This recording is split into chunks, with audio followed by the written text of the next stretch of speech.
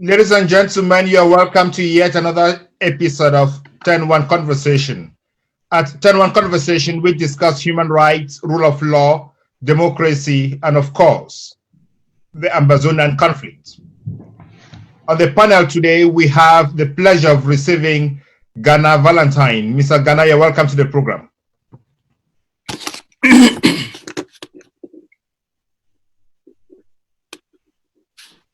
Hello, Mr. Ghana, can you hear me?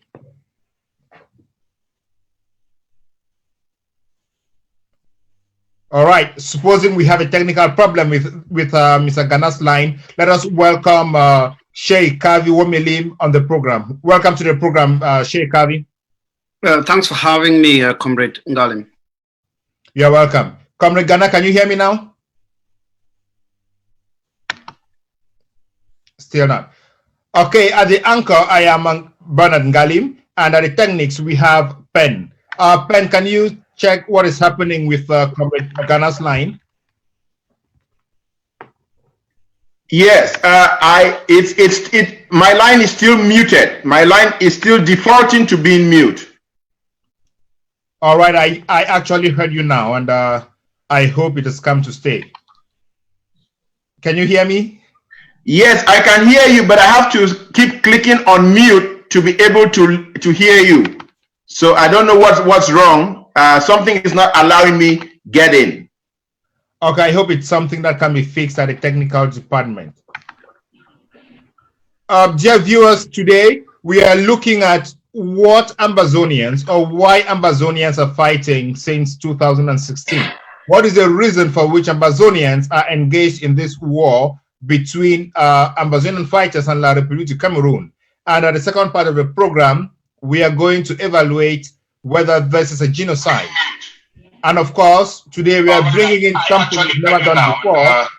Sometimes during the program, we are can you hear me? Our microphones to viewers to call in and give us their opinions.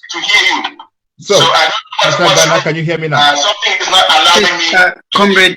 Comrade Valentine, can you please use the volume of your second gadget, maybe your phone or laptop, please? I could hear some echoing on what you said some few minutes ago. Okay. And then I'm still not able to share. I don't know if the link is on already. I sent it to your WhatsApp. Thanks a lot, sir.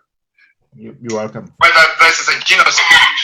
And of course, today we are bringing in something never done before.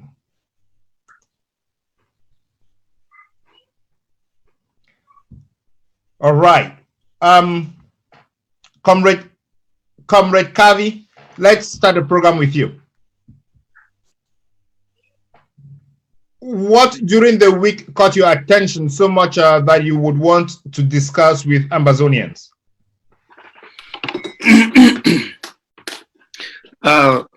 Thank you very much for having me again. Thank you, Comrade Valentine, for being there.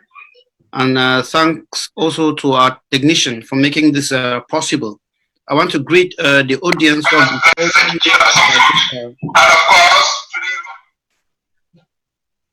I want to greet the audience who have been following you for this past years, or is it months that you started this show?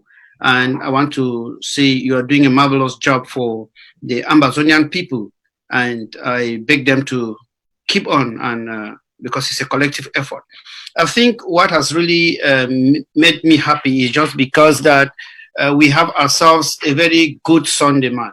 We have ourselves a very breaking Sunday that took one of the highest terrorists in our land to the journey beyond. And we are begging that God should keep slapping many of them with very hard slaps, like he did to the tycoon of Boya. So it's a very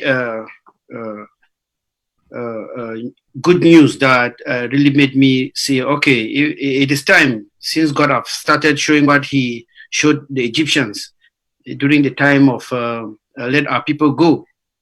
Then it is high time we start preaching about it. We should go out there too, like Jehovah's Witnesses, like the cross bearers for Amazonia, and talk to our people. This struggle is ours to win, and it is still ours to delay. And I want to believe that if this struggle is still struggling like it is today, the blame is on us Amazonians. It's not so much on La Republic of Cameroon. They already know their flaws. They are just trying to hang in there. We can't just be defeated like that. And some of us will think that we are losing, and we think that we are losing because we don't have ourselves a government. And I want to just keep on telling the people that they should keep on going, because as far as my history is concerned, I'm yet to see a people who was freed from a bloody revolution like this one, a barbaric and tyrannic regime like this one, by forming governments. Because governments go a long way to preach some kind of political philosophy in an atmosphere where you have some peace and tranquility and the role of law. But that we don't have in Ambazonia as yet. So thank you very much, Sheikh Kavi. Yeah. Thank you very much for that intro. Comrade Ghana, can you hear me? Hi, Comrade Ghana.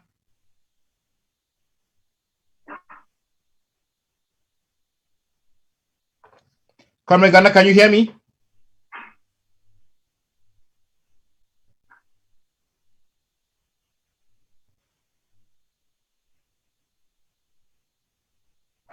All right, while we try to fix what is happening with Comrade Ghana's line, let me come back to Sheikh Kavi.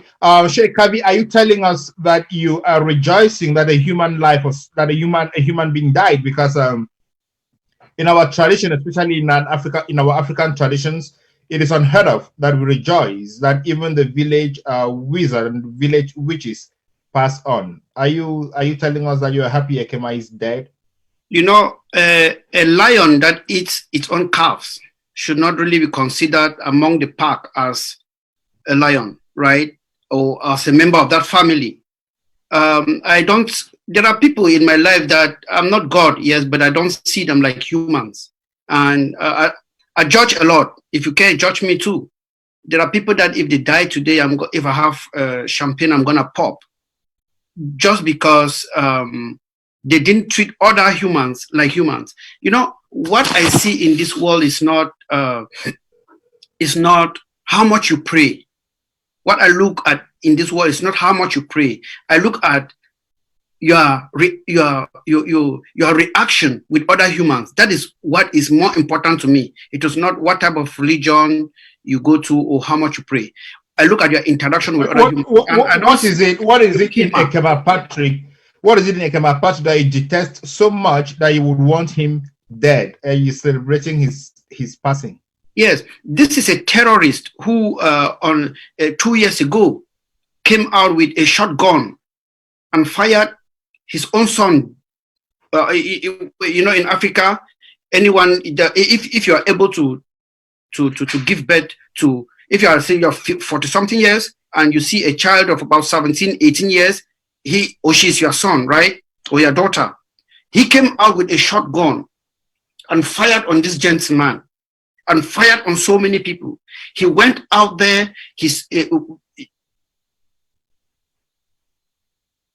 we are in a war zone. He goes out there, lock people's shops, ask people to come and pay bribes before he opens the shops. He knows fully well the misery that all of these guys are going through. He knows so well that the population are caught in a situation of dilemma, either to go right or to go left, because La Republic terrorists are facing them. And these people know that the Ambazonian Defense Forces are there to protect them. So they have chosen their own side, that this is what must happen in order for them to have a business-free atmosphere. And when they close their shops during these days, that is ordered that everybody should close their shops. He goes out there and shutting down the shops of these poor people. But as an African, pay their taxes for these people. Yeah, but Sheikh Kavi, as an African, at least we agree that we forgive people at the moment of their demise. And and pray that God should forgive their sins and take them into eternal rest? Why should you remain being so hard on someone who has died, even though the person did not agree with you? Thank you, Mr. Ngalim. Look, that what you are saying for an African and that we pray, that is for those who pray. I don't pray. But you're an Africanist. I used to. Look, and I believe some people that are religious by birth. No. I judge people from their reactions with man. If you treat man well, man will treat you well. If you treat man poorly, man will treat you poorly. It is garbage in, garbage out. That is the society that I've seen myself with. If you want others to respect you, respect them. If you have to do unto others what you want others to do unto you. And if you die, if at all there is a heaven, you will go to heaven. So what I'm saying is he did not do unto others what he wanted others to do unto them. He wanted people to give him jellyfish while he was giving us poisons, right? Look, we are in a situation of war where if you see your own brother looking at you face to face, then he is an enemy or she is an enemy. But if I am seeing his or her hind head, I know we are going together, carving the same future for our people. And I don't see if your enemy dies, you'll be there crying or grieving because your enemy have died, who have slaughtered 3,000 of your own people. Because even if you say Ekema has not done this directly, he has done that indirectly, because he is as guilty as Paul Biya, as the governor of the North, so-called Northwest and Southwest, as the so-called Jews, who ordered villages to be evacuated, who went down burning villages and burning people alive. I don't see how that kind of a person can be termed a human being. He has got eyes like mine, got mouth like me, got a brain like mine, but we don't think the same. He's a wild animal. He needed to be tamed, but he passed the stage at which we could even tame him. So the best thing is the slap that God has given him. If I die too. Thank you very much for this, Sheikh Kavi. While we hope that Valentine's lines are being worked upon, let's carry on with the program. He's going to join us at any point in time. So my first question to you today is, why are Ambazonians engaged in a war today? Is it worth it? Yes. Thank you, Mr. Ngalim. Ambazonians are holding guns today. It is not because they are so much in love with guns. You know our history, you know our people. We are one of the best people to have appeared in Africa. Because when you look at the situation today, you have not heard us attacking Nigerians for shipping back our people into the concentration camps of La République du Cameroon. You have not heard us even attacking La République citizens in our country for the fact that their government is giving us this pain. We are not. We are still living just like we're in some kind of a religious crusade, because that is our nature. When you see our boys and girls holding guns today, it's not because they love guns. It is because they don't want to die. It is because that is the only way they can survive. So it is not because they so much love war. It is just because once you are pushed to a certain level and your neck is being squeezed and you have a means of freeing yourself by giving a dead point, and you don't give that point and you die, you have committed suicide because you had a means to free yourself and you didn't. Man, Ambazonians don't want to commit suicide now.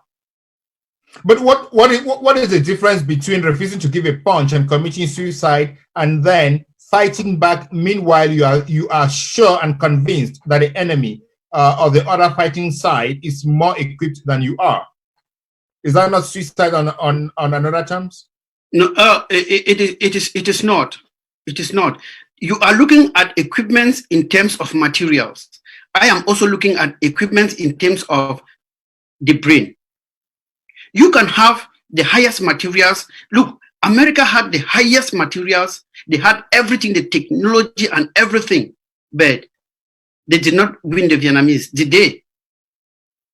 Of course they did not. Okay, good. Look, in all liberation movements that have gone through or all through history, the perpetrating power is always more powerful than those the oppressed.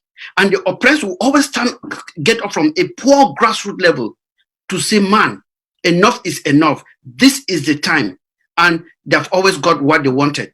Look, freedom is never cheap. That is why you heard Dr. Cho Ayaba define this thing when we started, like it's not a walk in the park. We knew already that in order for us to be free, we have to do the same thing that the Americans did to be free today. They lost a lot of persons. They sacrificed a lot. They went through hell in able to be free during the American War of Independence. It's like that all over the world. And I don't think they will prescribe a different method for Ambazonia. But America has advised Ambazonians to drop their weapons and go in for a federation with La République. Are you saying that Americans are not aware of the fact that that they went through almost the same path you think we are going through? Look, once you have defined your path, you do not need anybody to come and dictate to you your pains or the sufferings that you are inside, or the road or the freedom that you so much dream of. You don't leave people to do that type of things to you. Who told America also not to stop the war that the UK or the Great Britain was stronger than them during the American War of Independence? If somebody would have come there and said, look, stop this thing. These guys are more than you. You will not do this. Would the America have done that?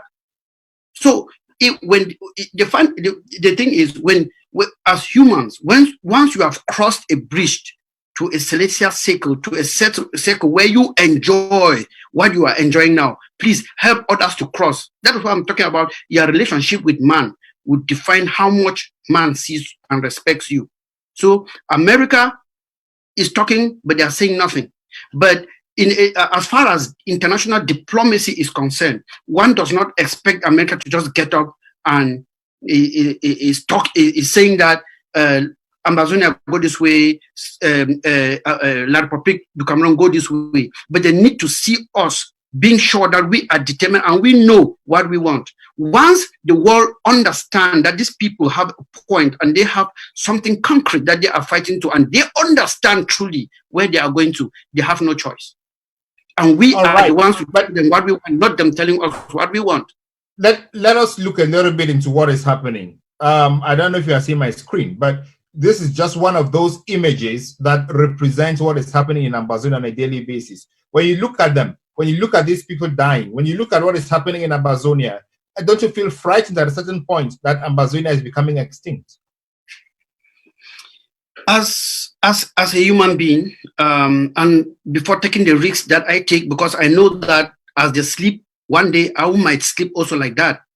During one of the risks that I take to furnish these guys with what we do, or doing some type of organizations that we are doing. Look, it is a pity that this is happening, and this is something that the same America should be looking at and asking themselves, how did these people get here in the first place?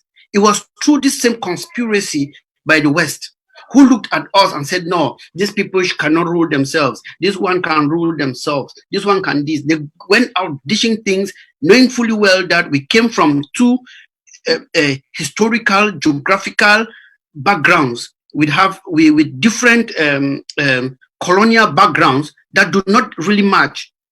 That there was bound to be this type of chaosity. So it is instead for them to come in quickly and fix this. It is not for me to be looking at them and trying to judge if this is this or this is that. But this is purely genocide, because it started same like this in Rwanda, and they were looking like, no, they're just 4 people. No, it's just 10 people. No, it's just 16 people. Before they know it, they're apologizing everywhere.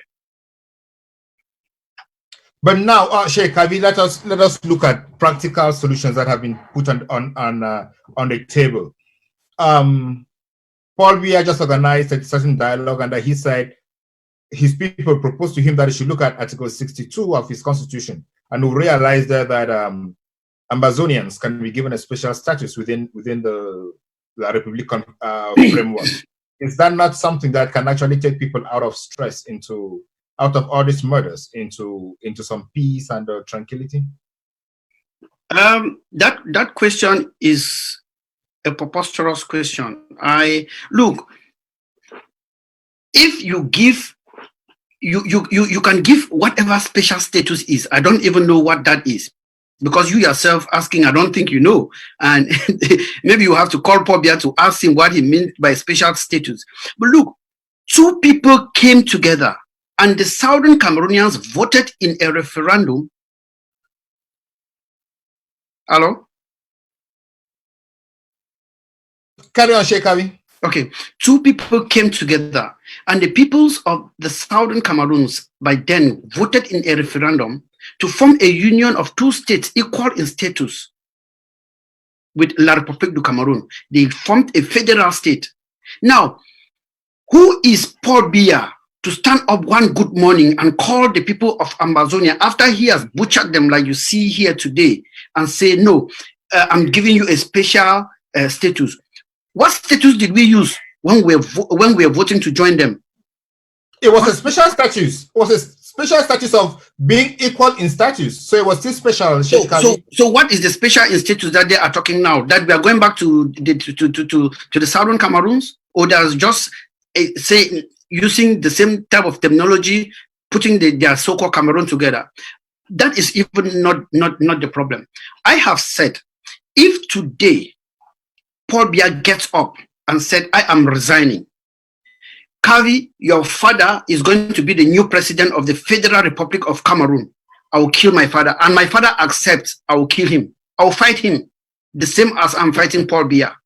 We aren't fighting. Kids are not dying like this for a special status. They didn't burn houses for a special status. They didn't kidnap all those guys that have kidnapped and whisked into the concentration camps in Nigeria for a special status. Whatever special, in fact, it is an abuse. Just that word is more than Yamami Pima, as we say in Pidgin. That word is more than that word.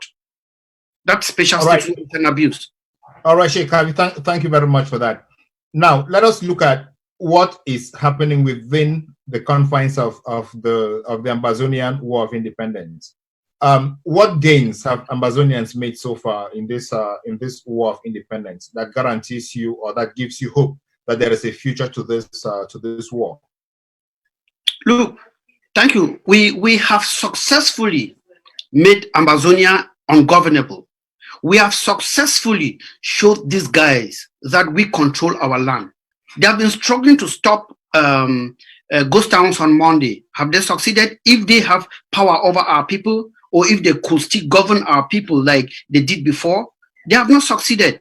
You see DOs, SDOs, or governors, whatsoever they call them, going places now in armored cars. Was that the case before? They were even going around the street taking taxis. Is that the case before? Before you could see a military man in beer parlors drinking and going to his house singing in the night, going to that with a military wear. Can you see that again? We have pushed them into the rat holes, which means we are in control. In fact, Cameroon has lost credibility over Ambazonians. They have lost everything over Ambazonia. We are in charge of our land. That is why when we stand up to say there will be a ghost town today because of this and that, there will be a ghost town. But when they say people should come out and go to the market, there is no ghost town. You will not see anybody. So who is in control? Are you asking a question to me, Sheikh Kavi? No, I'm just throwing it to the audience.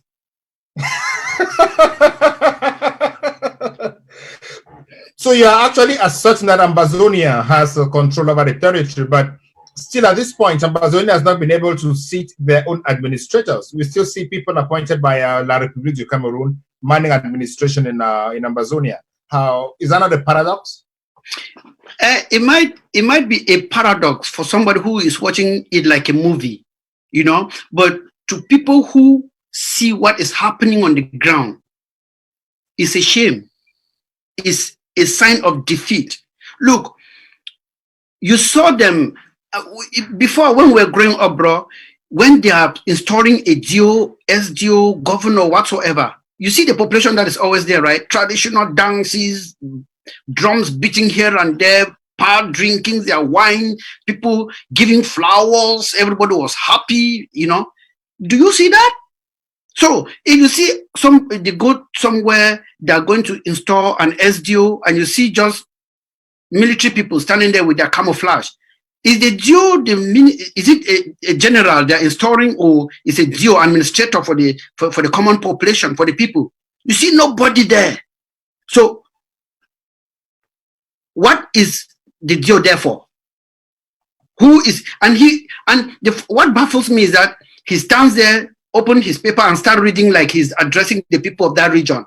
But the guys from Yaoundé who are standing there with a military camouflage, they don't even know the nearest town to where they are. So who is in control? These are colonial administrators, and our people have said, we don't want you people. That's why you see nobody there. Let us look at it on the other side, Sheikh Avi. My reading of the situation, when I go through the social media landscape and through all other sources of information, it is evident that the populations of Ambazonia have actually projected to the world that they are not part and parcel of La Republique's authority in Ambazonia. Why does La Republique keep holding fast? Why are they trying to insist that they must be there?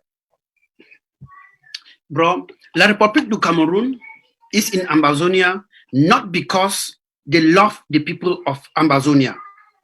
They are there not because they want to be seeing our faces. They are there because that is where their farm is.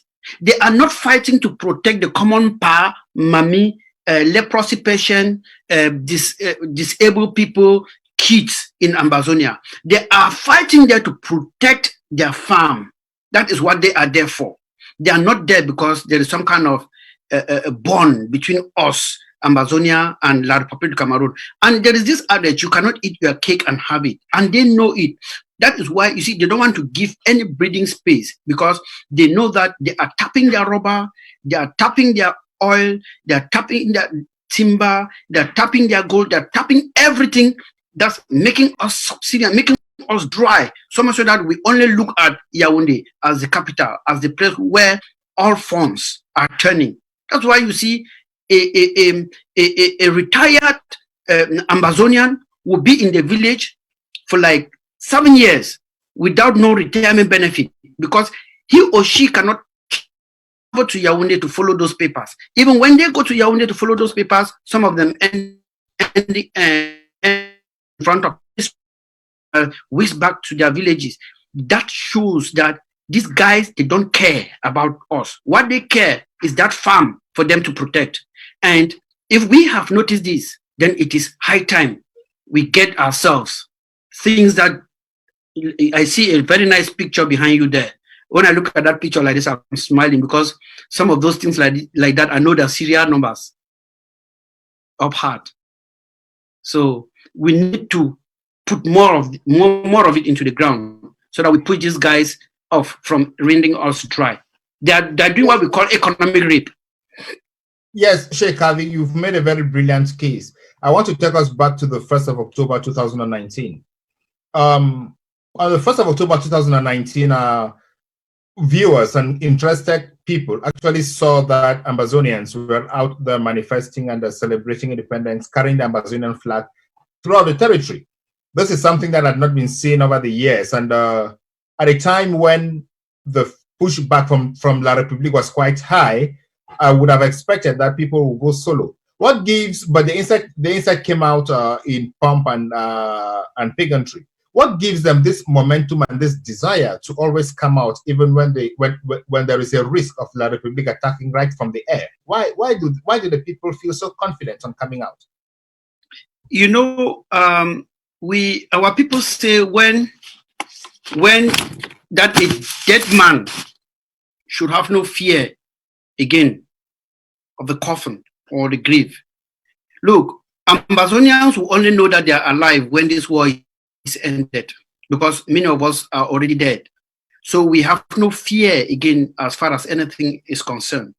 And then when they lift up their heads, look, the head of many Ambazonians, especially those who are already outliving their youthfulness, was down.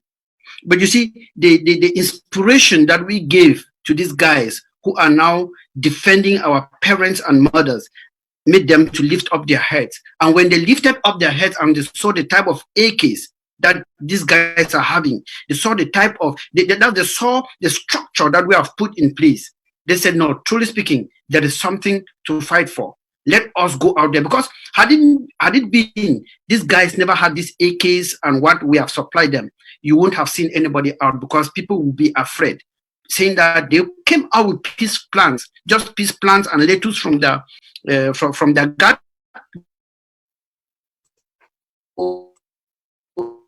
and they spread them with helicopter gunships.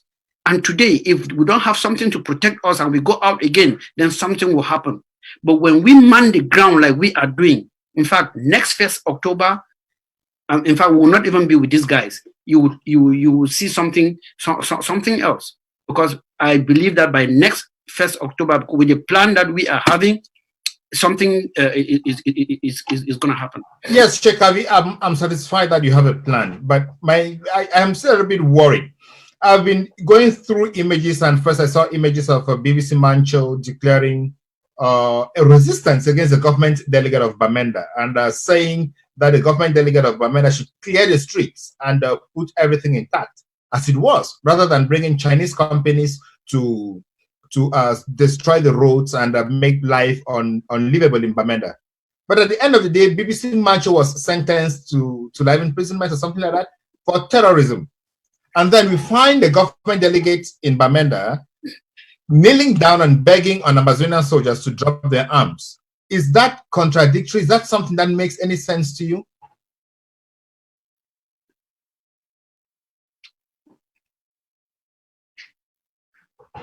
Hi, Sheikh, are we together? I don't know. At my end, you got through. Hi, Valentine. Hi, Valentine. Gada, welcome back to the program. I don't know. It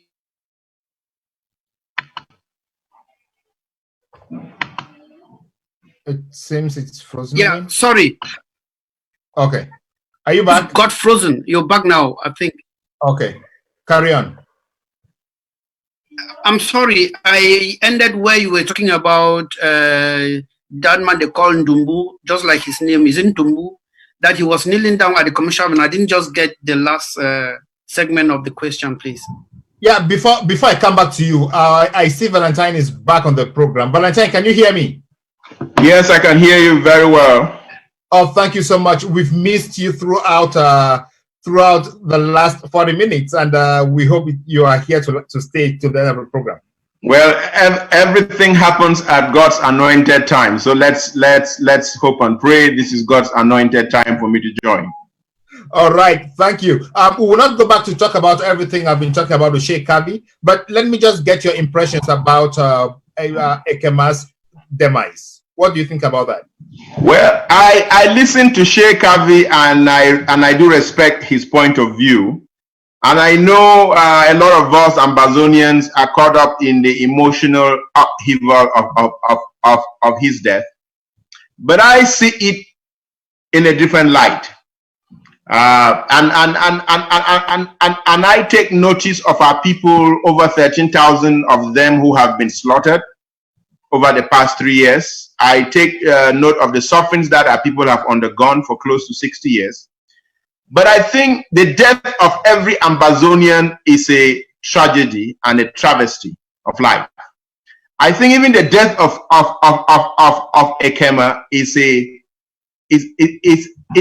tragic, in the sense that if us Ambazonians had our state, and we had our prime minister and our parliament, and were functioning as a state was supposed to function, maybe Ekema would be a bus driver. Maybe he would be a farmer. Maybe he would be a cocoa harvester. Maybe he would be in some productive capacity in the nation of Ambazonia. So all of our people who have died, whether there are people who are serving under the La Republique Army, or Atanganji boys who are pretending to be Amba boys and slaughtering our people, even they who have been killed, it's a travesty, because some of those boys could have been palm wine tappers. supplying fine palm wine to our urban areas. Some of them could have been people who would give birth to geniuses of the future, who would help not just to construct Southern Cameroons, but also to contribute their worth and iota to the world. Yes, I agree with Sheikh Harvey that the deletion or the elimination of anybody who is killing our people is a step in the right direction, just like it was positive to eliminate the Nazis under Hitler, just like Baghdadi has been killed. But the death of every Southern Cameroonian, of every Ambazonian, is a travesty, because we are in an unfortunate historical position, which, had the United Nations done the right thing in the late 50s and in 1961, when the UN, under Resolution 1514, authorized the colonial powers and those who had trusteeship territories to give independence to those trusteeship territories without any preconditions. Had the British Southern Cameroons gotten its independence, Ekema would not be dead. The Nji Atanga boys would not be there. So all of these deaths, whether it's Ekema, all of these people, do not just lay at the hands of La République. They lay at the hands of the UN that muffed the independence of the Southern Cameroons and has not yet taken the right, the bold, and the resolute steps to correct that. So that is my position regarding the death of Ekema.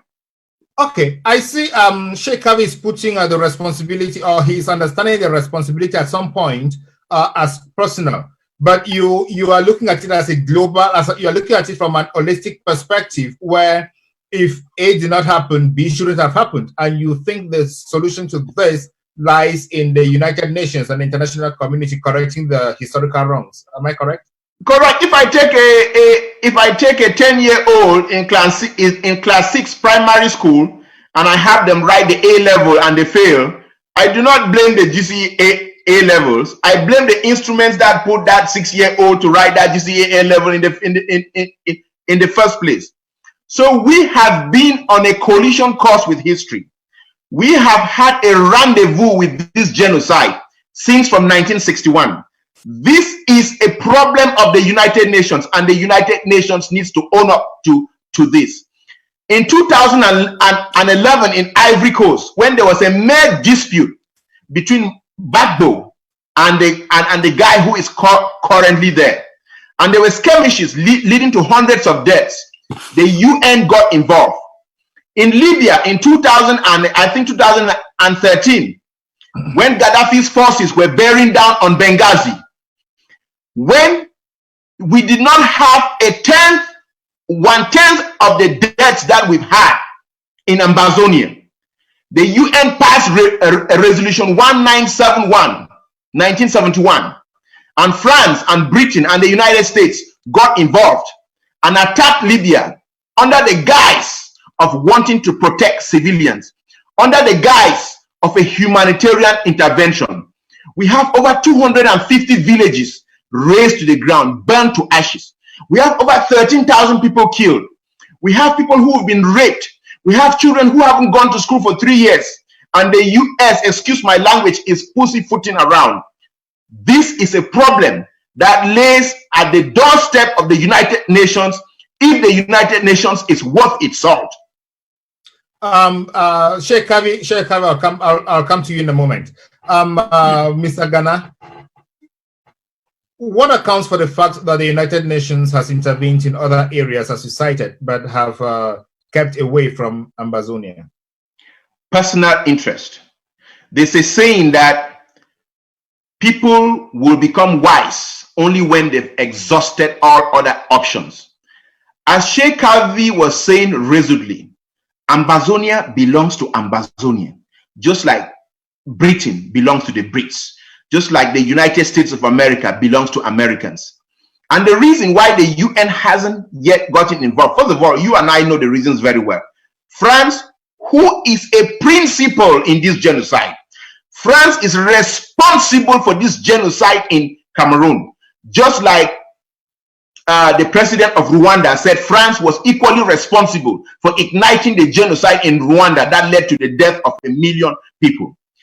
French interests are being protected, not just French interests. Something we need to start doing. We need to start listing all of those companies, Western companies who are doing business in Cameroon as it pertains to Ambazonia. Who are those people who are those companies exploiting timber? Who are those companies that are exploiting gold? Who are those companies that are exploiting oil? We need to be at their doorsteps because all of them are accessories to the genocide that is happening in Ambazonia. So those companies working behind the scenes and with collusive forces are hindering the world, the UN, and other forces from intervening to stop the genocide in Ambazonia, because they know that the consequential result of them intervening to stop the genocide in Ambazonia will be the liberation of Ambazonia. And when Ambazonia gets liberated, they get to lose their sweet tooth contracts that they've had with that evil regime of Paul Biya in A2D. So France and other Western interests that are doing business in Cameroon, that are exploiting resources in the British Southern Cameroon's Ambazonia, are responsible for the inability of the world, for the inability of the UN, for the inability of the free world to mount and galvanize forces to intervene and stop this madness and aberration of a genocide in Ambazonia. Thank you very much. You're talking there with a lot of passion about this. Let me talk a little bit with Sheikh Ali. Sheikh Ali, the situation on the ground as we can you give us an analysis or an appraisal? Before you come, can I just say something concerning what Brother Valentine was talking about, please? Concerning you can put the two together. All right. Go ahead. You can put the two together. You can comment on what Mr. Ghana said and then answer my question. What was your question? Can you give us an appraisal of what is happening in Ambazonia right now as we speak? Okay. Now, Valentine was trying to make Ekema look a little bit godly or some kind of a little bit human, and that it didn't sit well on my head. But he has got the right to his opinion, and all what my brother was talking about is maybe if Ekema was this, maybe if we had our territory, Ekema would have been a bus driver. Maybe this, he was full of maybes, but those maybes don't change the fact that because of this terrorist called Ekema, we have lost thousands of our people. We have thousands of villages being touched. We have had thousands of our people being kidnapped and whisked to the concentration camps in La République du Cameroon. So this maybes the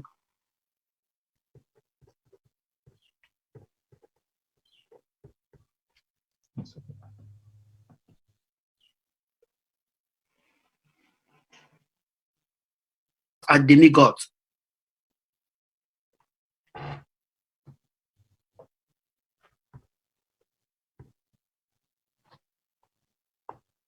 Are we back? I think we are back. Carry on. Mm-hmm. Yeah, I believe that God made us and gave us our own demigods, which is our brains. It is our brain, and He gave us the freedom to use our brains, which means we had the right to make our choices. And Ekema made his choice. Same like all other Amazonians who are still wearing the La République uniform and fighting Amazonians, it is their choice. They had the right to make their choice, either to leave, like some have done, or to keep on fighting their own brothers and sisters. And when I see any of them fall, if the name is an Amazonian name, I pop champagne. In fact, I'm even more happy when they are down. La République citizens are down, because I can understand that La République citizens are fighting to protect their farm. What I don't understand is what Amazonians still wearing La République uniform are fighting for. So I think it is time to pop champagne when one of these so-called terrorists fall down. And talking about appraisal of Ground Zero, I will begin by thanking our all of us here in the diaspora, because the La Republique faction, that is the so-called elites, I don't know how they became elite, they have tried to change the narrative to make sure that we in the diaspora are the ones being castigated, as if they, as if we are the ones, right, causing a lot of problems or trying to form kind of disunity in what is happening on in Amazonia. But let me tell you the truth. This is a war that they want to bring to us, where weak-minded people will fall for it. Houston diaspora, we are doing the best things. We are up and strong, and we need to carry on like that, contributing, putting monies together for materials and only materials, no paying of private bills or anything, only for materials. And we are in Amazonia. Now, when you look at the situation right now in Amazonia, you will notice that these guys, at first, they will close their eyes and run into quarters like with impunity, like they own the territory. But now, you will not see any La Republique agent getting into our quarters just like that, even to look for that sweet babes that they used to go and look. It is difficult now. Even for them to call the babes is difficult. This is something that it might look small, but it is very, very, very, very, very, very important to me that they are not able to do what they had been doing. And then you see our population, whenever it has just been confusing, so much so that La République du Cameroon's soldiers don't even know who is an Amber soldier and who is not an Amber soldier, because every Ambazonian have this pain in them or the other. So when you see how they respect the ghost towns, you see how they go on with the Ambazonian soldiers, you see how they come out, like on the 1st of October, that they came out and they were really showing the world that this is what we have decided. This is our land. We own it. In fact, La République du Cameroon it frustrates them the more. So I'm really happy with the progress we have made, but we have not done much. We have not done much because much still needs to be done. All right, thank you very much. Mr. Ghana, Sheikh Calvin mentioned something I would like you to expand on a little, and that is the attack on the diaspora. It is my understanding that most of those in the diaspora are not wretched. They are not suffering, and that accounts for the fact that they have been able to take care of their families back home, given the poverty that has been punishing Ambazonians since the 1960s. And if there is anything constructive in Ambazonia, 70% of it is done by those in the diaspora. Why would the Republic and the elites still keep on, and the elites in quote, still keep on attacking the diaspora as being the devil in this situation? Before I answer that question, and this is something I should have done from the beginning when I joined, is that you guys were already in full flight. Let me first thank God for giving us this conflict, because this conflict was an evil necessity. Having said that, let me look to every Ambazonian who is listening right now and who will listen to this interview. And let me say something. This is our conflict. We cannot shy away from this conflict. This conflict has been waiting for us for 50 years. And God ordained this conflict at this time in this way for a few reasons. And let me brief that, or let me explain that, and I'll answer your question. When we got bamboozled into a union in 1961 that we did not want, because the Manfred Conference of 1959 of the all Southern Cameroon's leaders voted against a choice of union with La République. So to have even come and put that on the plebiscite was a violation of UN Resolution 1548 that authorized the independence of the trusteeship territories. So we could have gone to war then, but we did not have an army. We could have gone to war in 1961 when there was no agreement at the Fumban Conference, when French advisors brought adapted French constitutions for the Southern Cameroons to sign, which Foncha never signed, which the Southern Cameroons executive never signed, which the Southern Cameroons parliament never ratified, i.e. we don't have a treaty of union. We could have gone to war in 1968 when Ahijo sent Estimuna to come overthrow Ngombo Bejwa, who was the duly elected prime minister of the Southern Cameroons. God did not allow us. We could have gone to war in 1972 when they brought a sham referendum to change the name of the sham union from Federal Republic of Cameroon to United Republic of Cameroon. God did not allow us to go to war then. We could have gone to war in 1990 when the SDF was launched to bring some sort of democracy in Cameroon. And I was at Ntarekon Park at age 20. We have launched the SDF.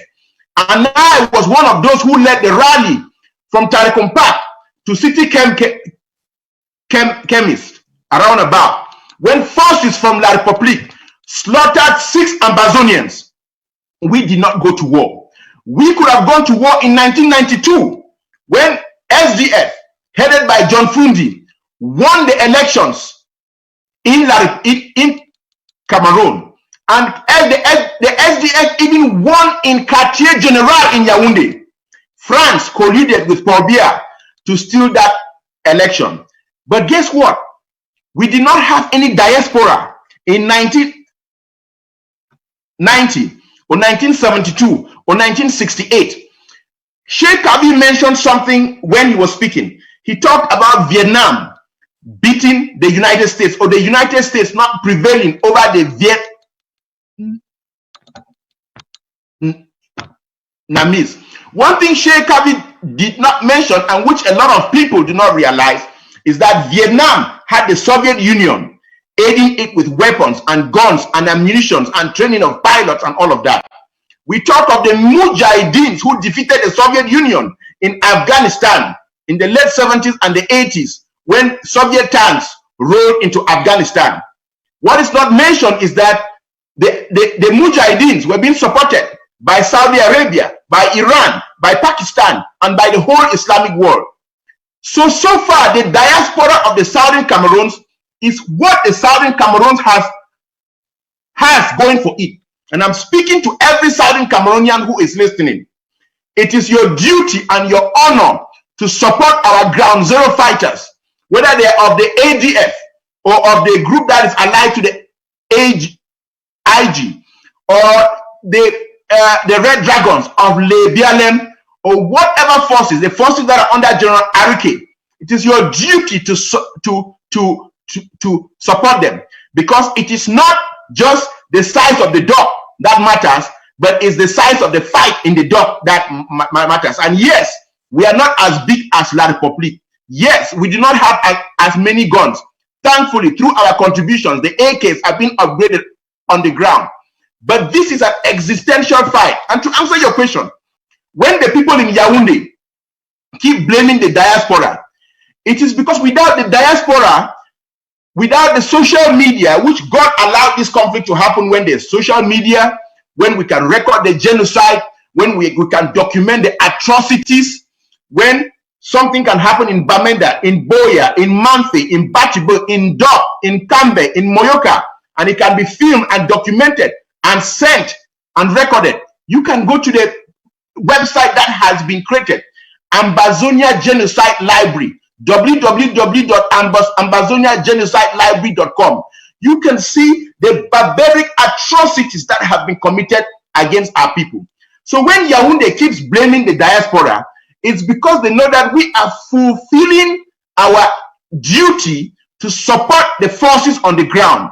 Because without the forces on the ground, they would go in there, crush everybody, and make the Southern Cameroon an extension of French territory. And we will never be an extension of French territory. Not yesterday, not now, and not ever. Thank you very much for that for that intervention. Sheikh Ali. Yes, sir. Mr. Ghana has made a comment about the necessity of the Ambazonian diaspora standing firm in this revolution, because other revolutions had foreign partners supporting them. But in this case, the Ambazonians have only their diaspora to support them. Is La République aware of the fact that this diaspora is conscious and dedicated in the support of the Ambazonian revolution, and that is the reason for which they are doing everything possible to demoralize and kill the diaspora from funding or from keeping the revolution alive? Truly, Comrade Valentine made a very brilliant point, and I believe that La République du Cameroun knows very well that that the engine of this revolution is us here in the diaspora, and we have to look at it in this light, that why other countries that were fighting for their freedom or independence had some countries that were supporting them, Ambazonia don't. So we in the diaspora, we have to start thinking now like the diaspora, like a country. Let's call ourselves a diasporan nation that is supporting whatever that is going back home, the freedom of our people that is going back home. We have to group ourselves like that and say, since there is no country, we are the country that is going to support our own freedom. Because we have come out here in the diaspora, and we have seen many things that we never knew that was happening. Because when you grew up in a house full of smoke and you have never been outside, you will not know that there is another place again where there is no smoke. You think that there is smoke everywhere, until when that day you open the door and you go outside and you see that places are bright here, things are different. Then you begin to ask yourself, if things are different here, why is it that where I come from is smoky every day? Is there a way we can learn from these people here to make sure that we don't have smoke back where we come from? That is what us in the diaspora here we have seen. And we came to notice that even those who are manning us in Africa, when they are sick, they rush to Europe, they clean themselves and they go back. But those same facilities that they come and enjoy here, they cannot give back home. So the diaspora is a very conscious, they are very conscious people, and that is why when this thing started, we regroup ourselves, and I formed the group here in Belgium that organized the first All Ambazonian Come Together conference that was held in Belgium, because we really need to come together and try to identify how best we can support those who are making sure that our parents are not being killed the way they are killed, that our parents are not being turned into boys and our women being turned into girls, like Dr. Cho Ayaba will say. So we are very conscious people, and La République du Cameroun knows fully well that in order to stop the car, you should go first for the engine. Maybe if the engine is not working, if they put the key and try to start and it doesn't ignite, that car stays there for as long as it takes. So they are struggling to do this, but they have forgotten that our people back home are very industrious.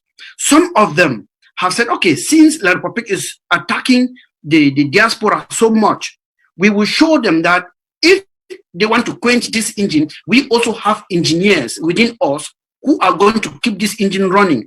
And that is why you see our people are fabricating a lot of things that they need for themselves. I don't need to be telling you, but don't know they are fabricating a lot of things that necessity is the mother of invention. And they are using that very, very well. So even minus the diaspora, these guys are doing the best thing they can do. No diasporan can stand up today to say, stop fighting, and it stops. There's just no way. So if they are putting their attention on the diaspora, yes, let them put it. Let them keep on. We will take the blame why those who are doing the job are doing the job. But I'm begging on all diasporans, this is the time for us to make it. This war is ours to win, but yet it is ours again to delay. I will not say it is ours to lose, because we cannot lose this war, but it is ours. Delay is dangerous. And how do we delay it? We can delay it by channeling funds to where it is not supposed to be, like hotel bills, whatsoever, those things I don't want to mention because they're really aching me. So when you channel the funds to where they are supposed to be, and you see proof that these guys have gotten what they're supposed to, what these funds were meant for, beat your chest and say, even that one that guy is holding is not the one that I bought, but at least there is one somewhere that my money is involved. So we should struggle by all means to do the funding like we were doing before, and use all methods, because La Republic is also working with all these funding groups that we used to use. So we have to improvise and see how we can fund the struggle even without putting monies into well. And one of those methods here in the diaspora that we can simply use is the amber coins. You buy amber coins. Just say, if I used to drink 6 beer in a week. Can you run up in 30 seconds, please? Sheikh Kavi, can you round up in 30 seconds? I want to take. So we can say I used to drink 6 beer in a week. Now cut the 6 beer, and this $20 or £20 or €20, I'm gonna buy amber coins with. The amber coins is still yours, because at the end you sell it, right? It's just like you buying a house and you are paying the mortgage. At the end, the money comes to you instead of renting a house, and you don't get the money back at the end. So I'm just appealing that the diaspora should try to use those methods so that we will not be having problems, PayPal, this and all those stuff, and these guys will be supplied. All right, thanks a lot. Thank you very much, Comrade Gara. It seems you want to add something. Yes, I wanted to add something to what our comrade and heroic brother Sheikh Kabi is saying. See, this conflict, like he said, it is not ours to lose. Ambazonia cannot lose. Our victory can only be delayed. And those who are holding back from contributing funds for our liberation, or people who are receiving funds and misappropriating them, which I don't know how anybody with a conscience can receive funds that is meant for the liberation of our homeland and misappropriate it. Their judgment is with God. But what Sheikh Kabe is saying, I mean, he touched on so many relevant points. First of all, La Republique has an independent country which, consistent with international law, UN Resolution 1514 XV, UN Resolution 1608, the African Constitutive Act, UN Article 76A and B, all of those UN resolutions that cement the independence of the British Southern Cameroons, aka Ambazonia, as an independent. The UN is violating it. UN Article 51. I'm a trained lawyer and I've studied human rights law. UN Article 51 even calls on member nations to intervene when there is a humanitarian crisis. That is not happening in the Southern Cameroons. And going back to you talking about the people in Yaoundé, the brutal genocidal regime blaming the diaspora. Let me put things in a historical perspective. When Germany invaded France, when Hitler's Germany invaded France, the Free French flew. The Free French flew abroad. They were in Morocco, they were somewhere in the United States, some of them fled to England. General de Gaulle fled to England. And General de Gaulle led the Free French forces, denying authority of Hitler's Germany over France. And working with the Allies, General de Gaulle's Free French forces re-invaded France and kicked the Germans out. La République has invaded Ambazonia just like Hitler invaded France.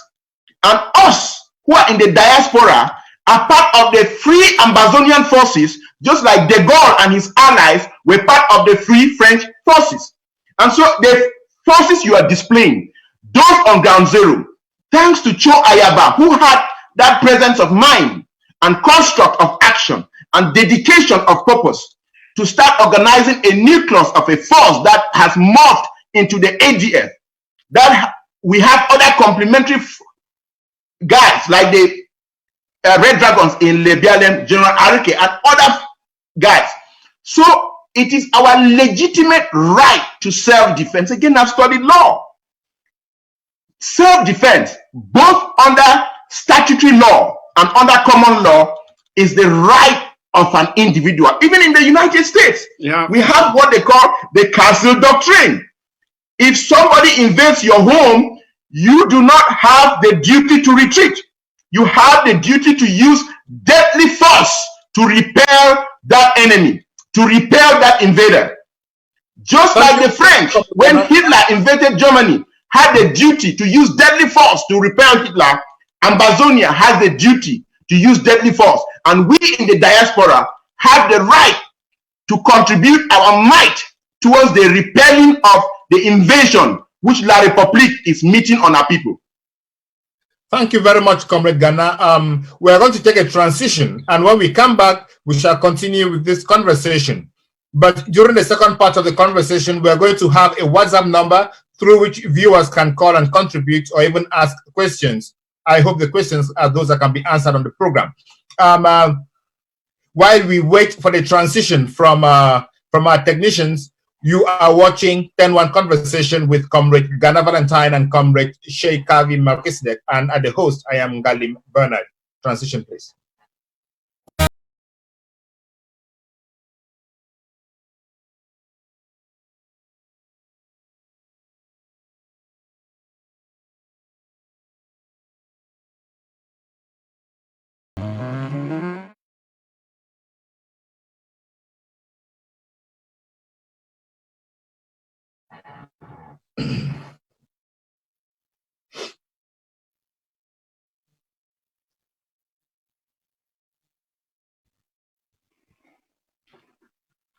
All right, you are welcome, ladies and gentlemen. You are welcome back to the program. You are watching the 10-1 Conversation this October 27, 2019.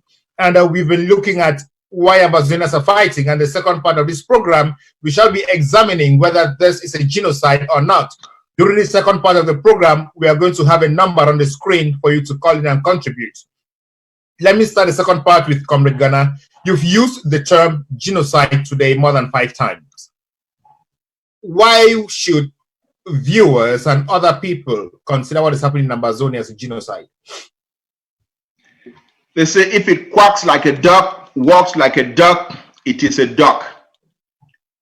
The late Kofi Annan, one of the Secretary Generals of the UN, said, it doesn't have to be 1,000 people. It doesn't have to be 10,000 people.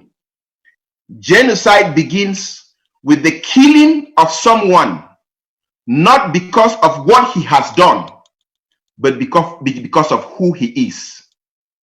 That is a textbook definition for genocide.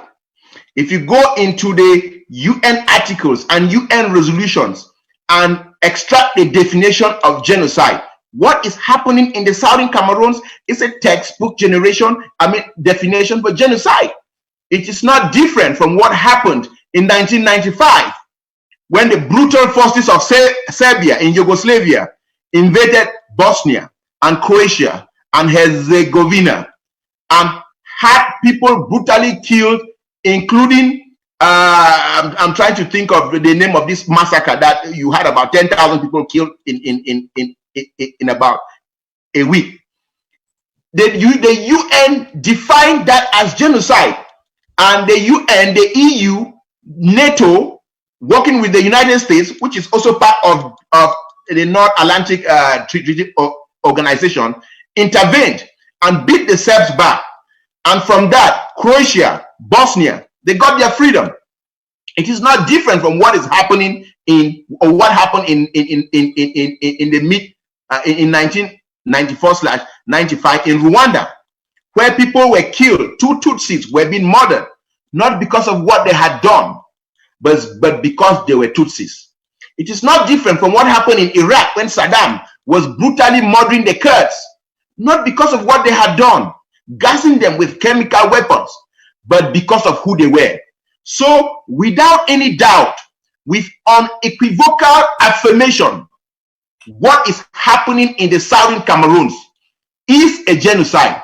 And when I met with Senator Dick Durbin in June in Illinois, in Chicago, and we had a conversation about what was happening, and that meeting happened thanks to the Ambazonian Association in Chicago.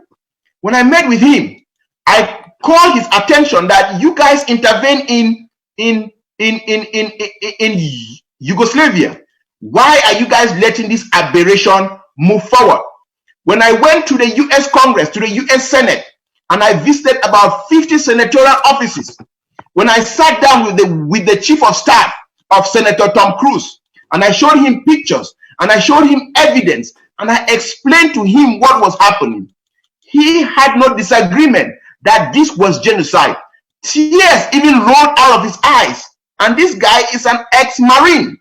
So what is happening in the southern Cameroons, have no doubt and make no mistake about it. It is a textbook definition of genocide. Thank you very much, Comrade Ghana. But then my question is, the people you have cited all agree that this is a genocide, and other people who have not cited have agreed that it's a genocide. But why do you think the international community is not considering this as a genocide? Why are they not intervening as they should do when there is genocide going on? 2 words: French interest. France is sucking the blood out of Amazonia, and France is blocking any action in the UN to intervene. Remember when they had the Arias Forum in May at the United Nations, when the United States convened that forum, and of the 15 members of the Security Council, you know the Security Council has 15 members in there, 5 permanent and 10 rotating. 10 of those members voted and sided with the United States, concluding that they were targeted killings, which is another way of calling it genocide, in the southern Cameroons. The only permanent member that voted against that was France, and China abstained. And so even in the UN, even in the Arias Forum, the indication is that it is conclusively genocide that is happening. But still, the Western world is peddling to French interests. The Western world is peddling to the interest of businessmen, French interest, French inclination to turn Amazonia into an extension of Francophonie, because France wants to create CEMAC, and France wants Amazonia weaved into CEMAC. And so they are pandering and catering to French interests, while Southern Cameroonians are getting slaughtered in their tens of thousands. That is evil in the fullest degree, and every Amazonian has the duty and the right to rise up and fight it, either by arming yourself on the ground and fighting against it, or if you are in the diaspora, supporting the forces that are standing, that are making sacrifices, that are sleeping in the bushes, that are sacrificing their brothers and sisters to fight against this aberration from France and La République. And we should never mention this genocide as just happening by La République du Cameroun. France is the principal, and La République is an accessory. And France will be held responsible and accountable for all of the deaths, for all of the maimings, for all of the mayhem, for all of the burnings of hospitals, of people alive in their homes, for burning villages, for destructing property. We will hold France or do everything possible to hold France accountable and responsible for the genocide that is happening. Thank you very much, Comrade Ghana. Let me turn to Comrade Sheikh Abi. in his infamous speech on September 10, 2019, Paul Biya said he ridiculed all those who say this is a genocide. From your experience on the ground, Sheikh Kavi, do you think Paul Biya and his government are targeting only Ambazonian citizens? Have you come across a situation where Paul Biya's soldiers have killed a citizen of La République du Cameroon on Ambazonian territory? Thank you so much. Look, our ears and eyes are on the ground 24/7, and in no case have we seen that La République du Cameroon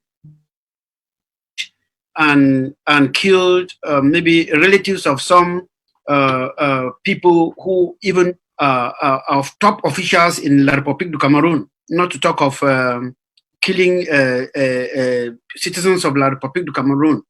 And I know of many people who have been saved from the carnage because they spoke impeccable French. So you can understand that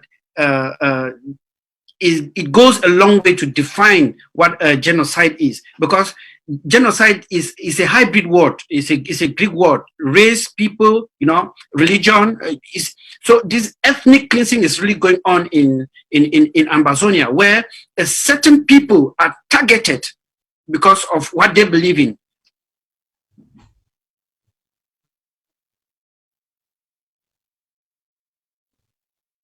Hello, Sheikh Ali? I think we lost him. Comrade Ghana? Yes. Yeah, before Sheikh Kavi comes back to on the line. Anyway, before this, dear viewers, we have a number on the screen, and feel free to call and contribute to the program. Comrade Ghana, now you've made a very brilliant case of a genocide, which I tend to agree with you. Are we on again? Yeah, you are on. Okay. Yeah, sorry. I don't know why it keeps going on and off. Is it from my end or from that end? I was online with Comrade Ghana. Carry on. Now you're muted.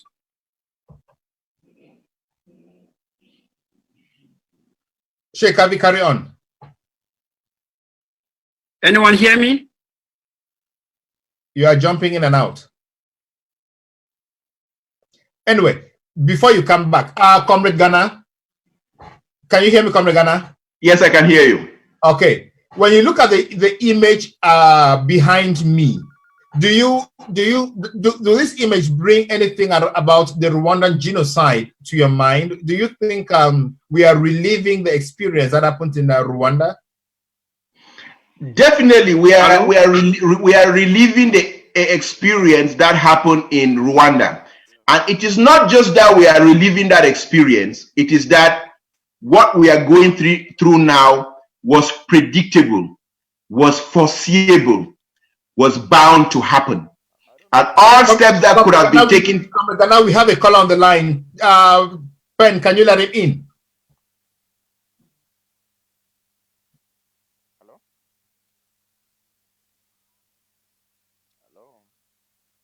Hello? Yeah, so I'm calling to find out if the Hello? contribution. Yeah. Can I go ahead? All right, Comrade Ghana, carry on. Yeah, so it's something that was predictable. It's something that is foreseeable, and Okay. it parries with what happened in Rwanda, and it's something that I know the international community 10 years down the line is going to issue its apology of why they did not get involved, blah blah blah.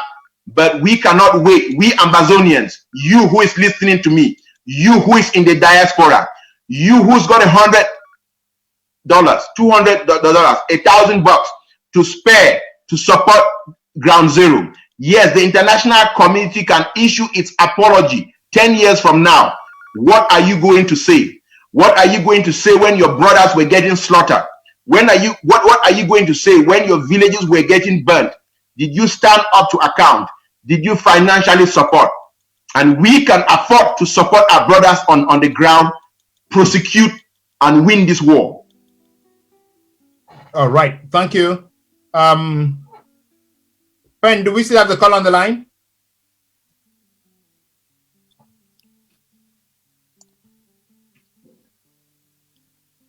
Is the caller still on the line?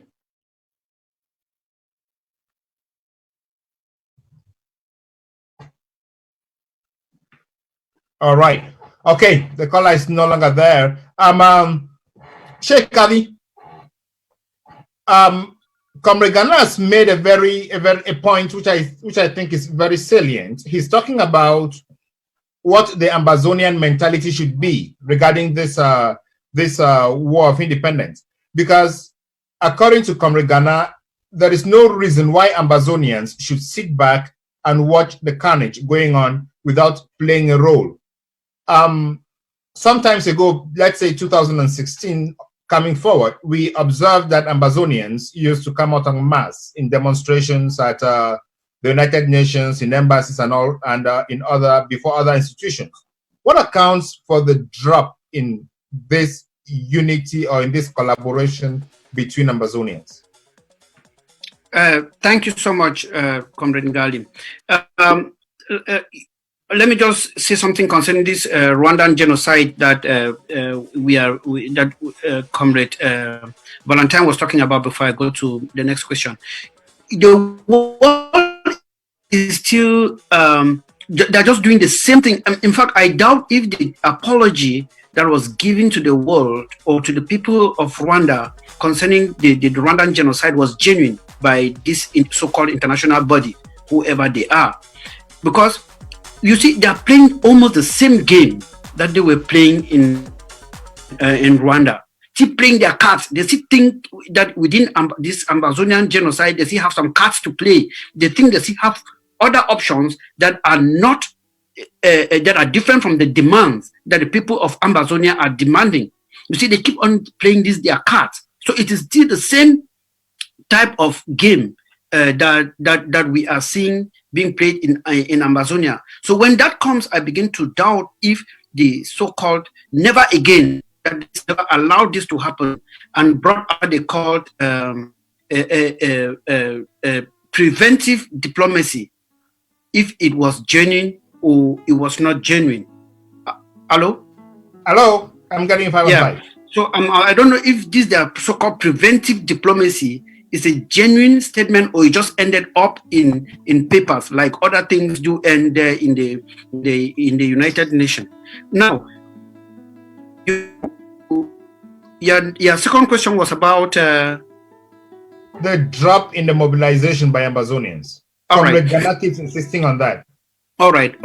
The fun is when we started this thing, we said a revolution is not a walk in the park. We knew that those who just got in maybe without having some kind of track record, they thought that it's a marathon. They thought that it was 100 meters. They don't know that this thing like this is a marathon. It's a long journey, and we have to prepare ourselves psychologically before getting into it. That's why you see those who call us old brooms. What is going? We are not shaking. We don't blink. We are still standing and looking at what we had been looking for long before our brothers and sisters joined us. Now, some people might think that there is a drop in a maybe contribution of that. I will only say there is a drop with those who were criticizing people. And for that, I don't blink about that. But what we really need to do is for us to really identify, first of all, what a revolution is. Because many of us got into this in 2016 without knowing anything about a revolution. I still go to the fact that no revolution on earth has ever been led by a democratic government. Let's go here. We still behave like we are in some kind of religious crusade. We're peaceful people. Sheikh Abu, you have the call on the line. Pen, can you bring the caller in? Hello?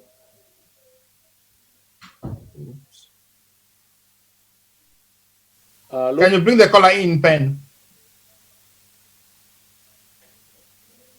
Hello?